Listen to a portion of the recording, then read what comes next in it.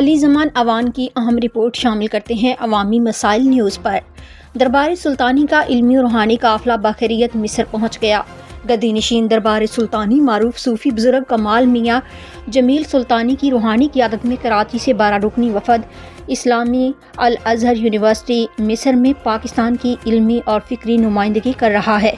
اس قافلے میں ممتاز علماء کرام، ڈاکٹرز، محققین اور مختلف شعبۂ زندگی سے وابستہ اہل علم شامل ہیں، جو دنیا کی قدیم اور معتبر دینی درسگاہ الازہر یونیورسٹی میں 15 علمی لیکچرز اور متعدد خصوصی کورسز میں شرکت کریں گے۔ ان علمی نشستوں میں اسلامی تعلیمات، جدید فکری تقاضوں، بین المذاہب ہم آہنگی اور عصر حاضر کے چیلنجز پر تفصیلی تبادلہ خیال کیا جائے گا۔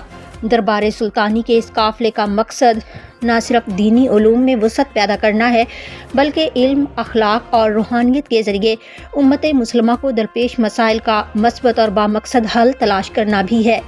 علمی مصروفیات کے بعد قافلہ مصر اور یونان میں واقع تاریخی اور روحانی مقامات کی زیارت کرے گا، جہاں پاکستان کے روشن مستقبل، قومی استحکام، امن، بھائی چارے اور خوشحالی کے لیے خصوصی دعائیں کی جائیں گی۔